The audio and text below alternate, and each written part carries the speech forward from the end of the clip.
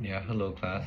So for today, I'm gonna talk about status quo bias for my project. So in simple terms, status quo bias is you living to other people's exceptions, not really yours. So maybe I brought in my essay. Maybe a professional athlete, he makes $1 million, and he just on a spending spree for the longevity of his career, and say after he's done playing professional sports, he gets a regular job, I guess, or all the money has been done, and say he tries to live at ordinary means, but he's used to his spending habits and he's still trying to dine out, or old friends are still trying to invite him to high star restaurants or just high luxury living. And I guess that's how status quo kind of messes up with your mentality as well, because you're so used to living under the terms of 10 years of just maximum contracts. Maybe $1 million is your annual salary and stuff like that, but then as you retire, you don't get those lovely checks no more, so you have to live on basic terms.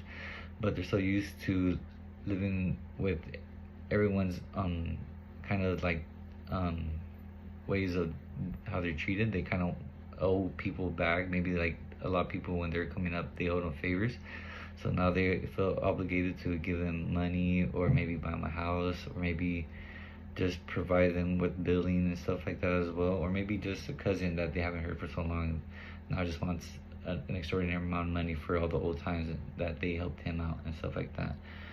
And also the mental part can also be that maybe you're really smart and you've been always with a group of people that expect you to be in a high level as them as well. Maybe during tests, they always stare at you for the answer because they already know you're the smartest kid in the class. And I guess that kind of puts a status quo into it as well, because you're living to that standard and you feel the pressure of everyday means that you have to be that exception. And I feel like it could be a positive or negative thing as well. Maybe you're not capable of holding the pressure down to being the first one there at events, or the extra studying that it takes to be the number one. And it's just that it could either make you or break you. And sometimes, if you have the knack for it, then by all means. But sometimes, if you overwhelm yourself, you could leave yourself in a bigger hole than you expected. And that's just how the status quo goes along. And also, people in everyday life, they always feel pressured. It could be just being a starting position job, but the status quo is that they have that caliber of performance people there, so they have to live up to the expectations.